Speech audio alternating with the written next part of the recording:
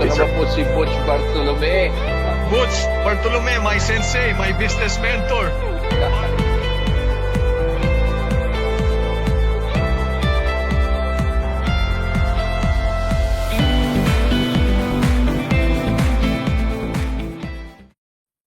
Hey, good afternoon, good evening. And again, this is Butch Bartolome over the business mentor here in Manila Times. You know, today, Sunday, is something that we all need to look at because the person that we are going to interview is a good friend. Again, a person who is so conscious about energy.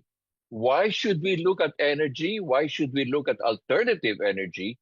And again, how we can make use, even as an entrepreneur or even as a home buddy, why should we focus now? Because a lot of people are complaining about the high rise cost. So without again, let me introduce the person. He has over 20 years of leadership, mind you, and again, experience in energy. So he really knows what he's talking about, no? Natural resources and development sector. He has been trained and educated in institutions in the United Kingdom, United States, and Asia in Pacific. And he was a part-time, again, you might have seen him in the television because he was a part-time host in ANC. So without further ado, let us talk to Quintin Pastrana. Good afternoon. Thank you for joining. Hi, Sir Butz. Good afternoon. Good evening to all your listeners and your viewers. Thank you for the opportunity to speak on your platform.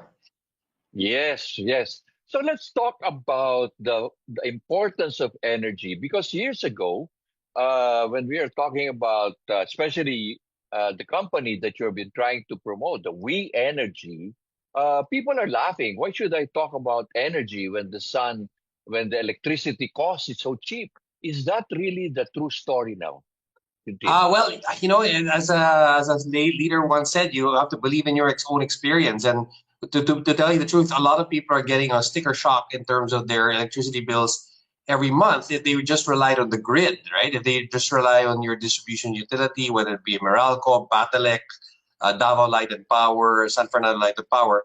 I mean, they're only distributing energy, but the ones creating the energy have to get fuel to fund it. And depending on your fuel, that Mhm. could mean a lot more to pass through to the customer. In this case, the Philippines is a net importer of fossil fuel, even with some advances in renewable energy.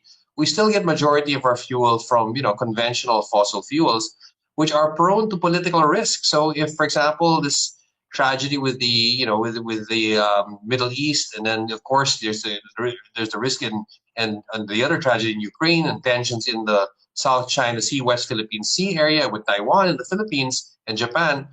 Those create the perception that your supply chain of getting the oil out of the ground, as it were, and bringing it to these Uh-huh. markets increase the cost of delivery and the actual landed cost of that, and that will reflect in your consumer bills. And since we still import a lot of our fuel, we're still a net importer of fuel, that is being seen by customers in their monthly bills increasing. Plus, there's inflation also that's coming in. So I think if you add it all up, you really need to find a way to become more independent of these foreign sources of fuel. And renewable energy is obviously one of them. And you can do that either at your household or you do it at the Mhm. utility scale, which we're trying to do also around the country. Right, right. So, what are the opportunities? Because I have talked to a lot of people and say, this is something, another opportunity. If somebody owns a land, a vacant land, and would like to discover the opportunities for having the solar farm, how feasible is that right now? Yeah, I mean, right now, what's actually more feasible is if you use your rooftop, which doesn't have any competing interest, as your Uh-huh. land. So you can start generating electricity in your building, your home, your school, your office. And the good news is what really happens is you end up having to generate the power that you need as you need Hmm. it in your real estate.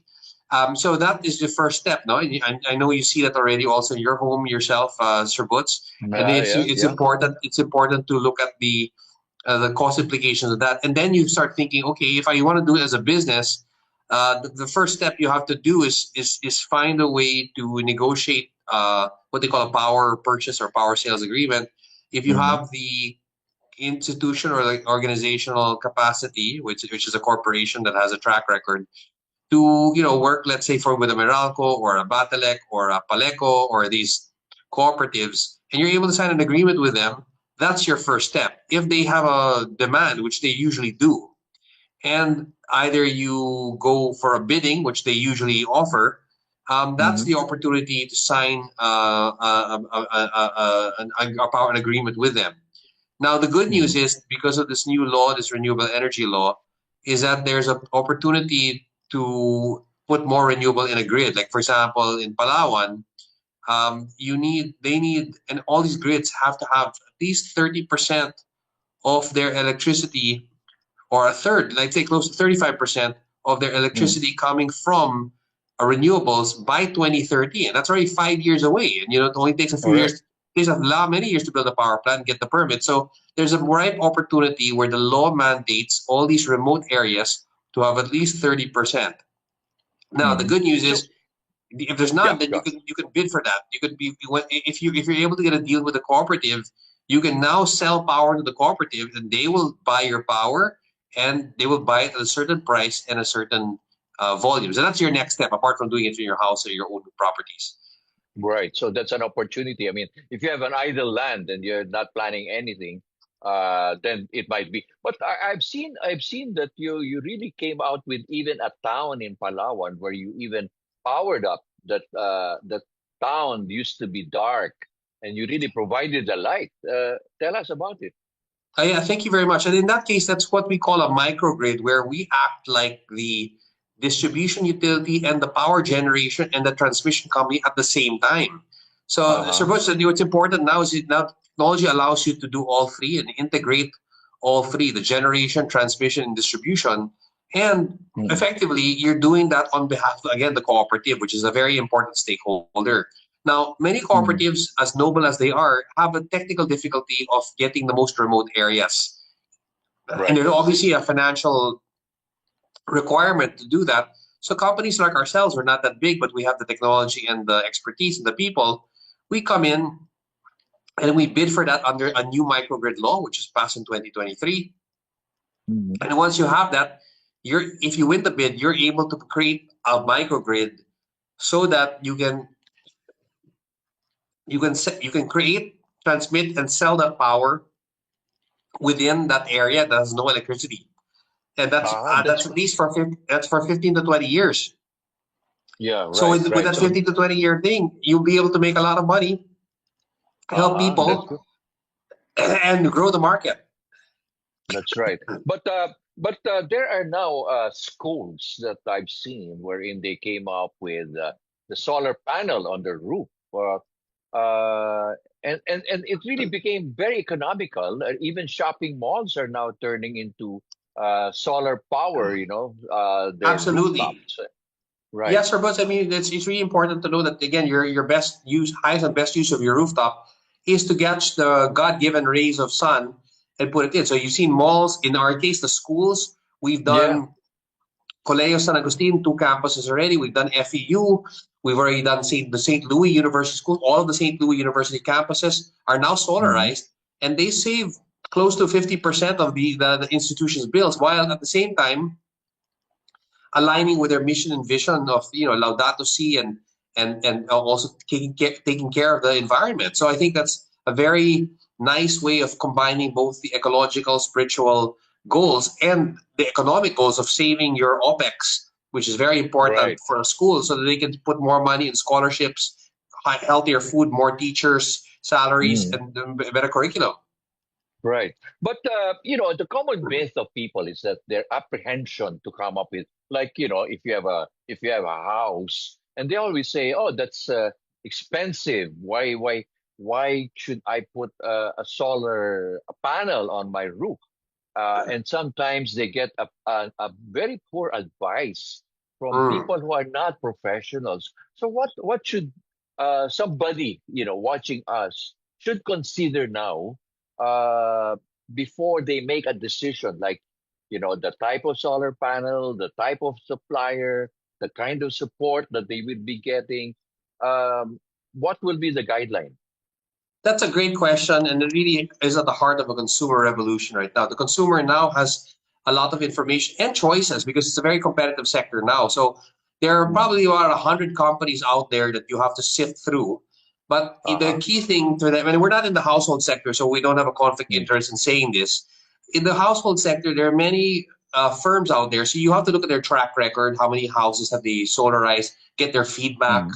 and then at the end of the day, based on that track record, you'll be able to trust them that they have a highly skilled and licensed electrical engineering team to be able to Mhm. install safely and done. And you have to also make sure that the electric if the system matches your demand. The supply in the system matches your Mm. demand at home, which means that your company should have really done a proper analysis of your electricity bills so they don't overbuild the system. If they overbuild the system, they make money, you don't. So that's one Right, thing, one right. consumer thing here. So there's a lot of calculations on the system size that you can do on on the web. You can use Mhm. ChatGPT to be basically spar with the AI and find out what's the optimal price per kilowatt hour. And then Mhm. lastly, the good news here, Butch, is because it's competitive, now they're offering financing. Solar companies Oh. are working with banks to offer Mhm. solar financing for the systems. And that allows the, lease to own type systems or, mini power agreements where you sell, the electrons. That Mhm. now is possible. And that's because of the competition right now. So all the consumer has to do is act like an investor and say, does my money go? Can I make a wise decision? Look at the track record of the firm, look at the contracts they give you, and at the same time, compute also independently what your system size should be so you're not paying for more than you have. Mhm. So if Kentin, like an idea, for example, if somebody is going to operate a subdivision where about 200-300 houses, medium to high, would your company be able to support that? I mean, in terms of putting up the solar power. Yeah, I mean, there's a possibility to do that. The important thing under the Energy Regulatory Commission's rules is that the owner has to be the one to help put it up. So in this case, you would be able to do, let's say, a deferred ownership program for as long as the ownership is with the homeowners. If Correct. the homeowners basically own the rooftop, then that becomes a self-generating facility because you have to get that approval and license and permit from the ERC, just like with any power plant for safety and for Mm-mm. registration. So Mm-mm. assuming that you have a scheme of a modality of basically allowing them to pay, whether it be a direct purchase immediately or a deferred payment scheme, that effectively makes sure that the owner is the one that owns the rooftop and the solar system, and therefore you can aggregate that and basically have them have the entire subdivision or those who are willing to do that to enter that system make it happen because Mm. under the law consumers are allowed to have what they call a self-generating unit, a self, sorry, SGF, a self-generating facility, and that allows you to do it yourself. Now, if a developer is going to finance it for you, just make sure it's going to be like a deferred payment scheme wherein the ownership still redounds to the owner of the building so that they can have Mm. that license. Oh, that's something that a lot of people might think, it might be the way for a developer to increase the value, but again, the Yes. ownership will still belong to the household owners, right? Yes, because when they transfer to the Right. homeowners, effectively the units are owned by the homeowners. But I think one way the developers can look at it is when they build the houses, maybe they can include as part of the selling price already that Uh-huh. the solar is installed. I So understand that's what Pag-ibig yeah. is doing now. Pag-ibig has accredited a few developers to Mm. integrate that into their rooftops. Wow, that's good. So last thing, I'm sure people would want to get in touch with you. What are your coverages? What kind of services does We Energy really provide?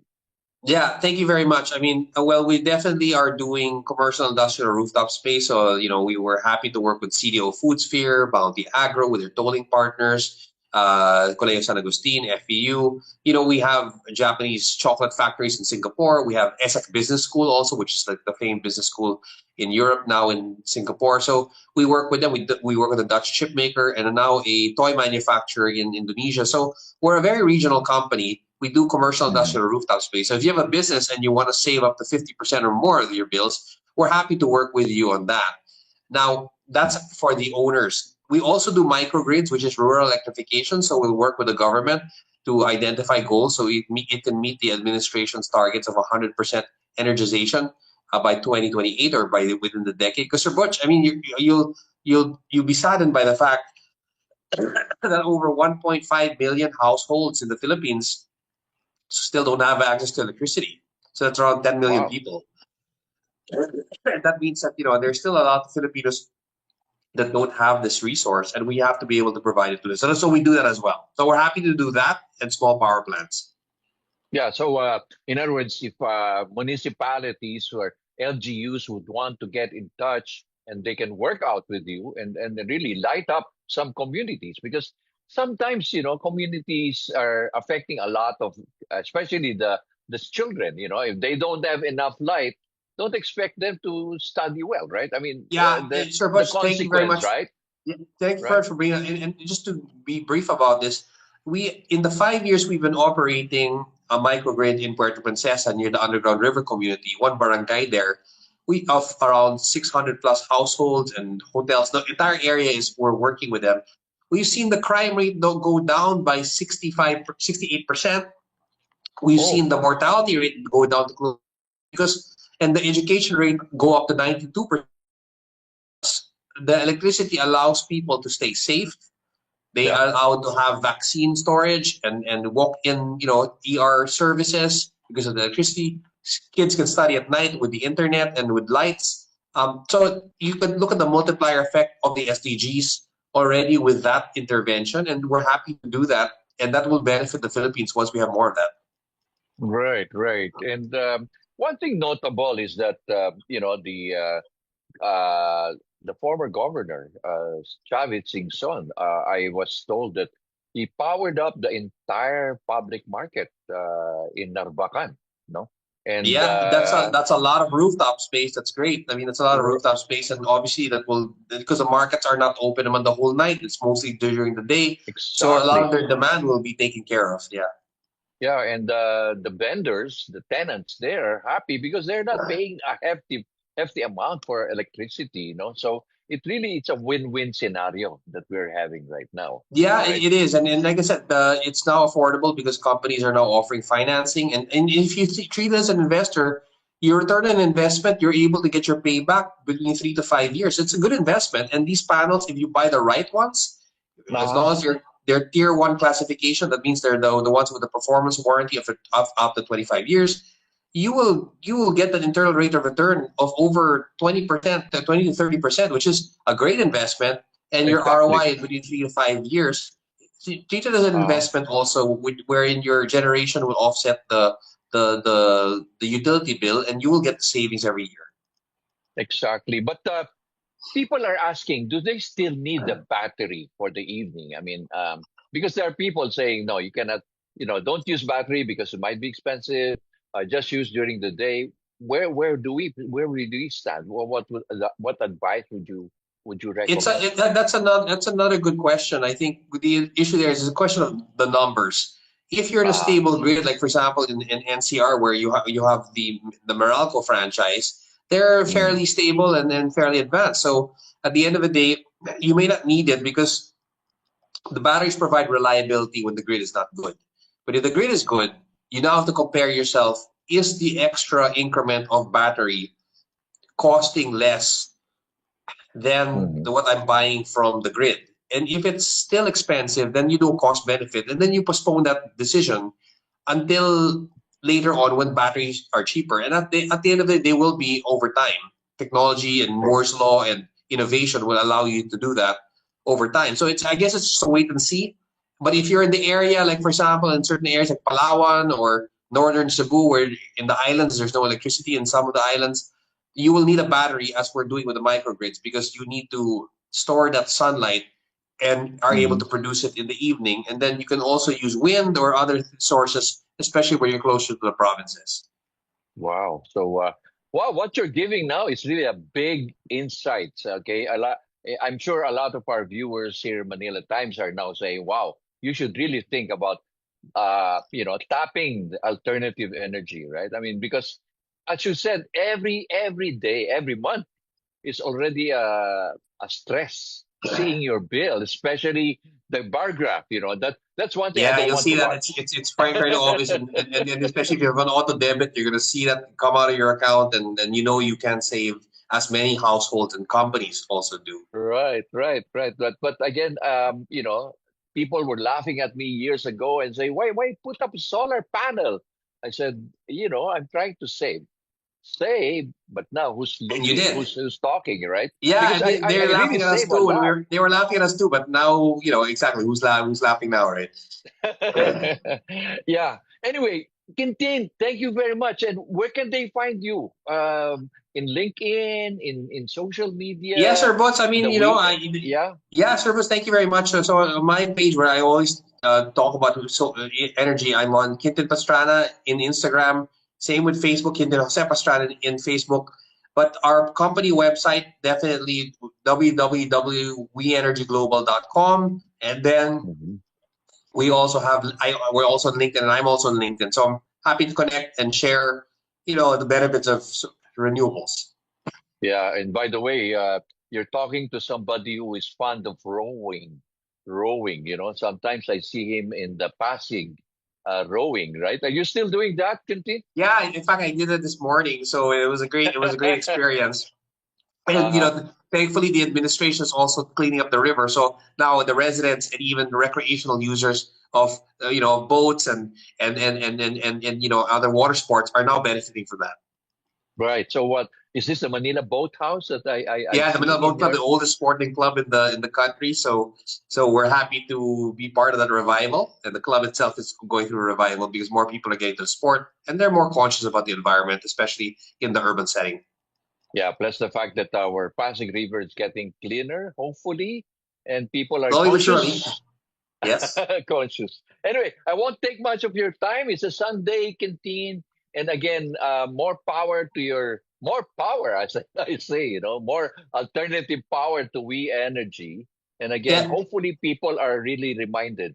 Think seriously. I mean, it's for your legacy. It's again for our generation. It's for our Mother Earth, for our planet. You know, let's not continue with our fossil fuel because it will come to an end.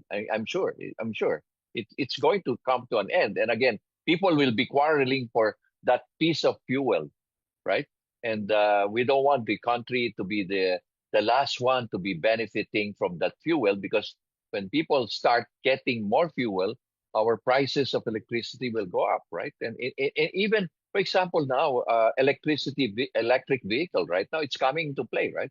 Quintin? Yeah, sure, sure. But I mean, we're part of the revolution, so let's take advantage of it. And like as as your wonderful viewers and participants in your platform are Mhm. experiencing, that we have to take advantage of it because the more energy independent we are, the more resilient we'll become. Whatever happens outside the country, for as long as we can find our own way of powering our lives, and the technology and the financing is available with our firm and many other firms, that can be made our reality, and we can take advantage of it and show the way for other countries as well and communities. Right, right. Wow, that's a powerful message coming from Mr. Quintin Pastrana.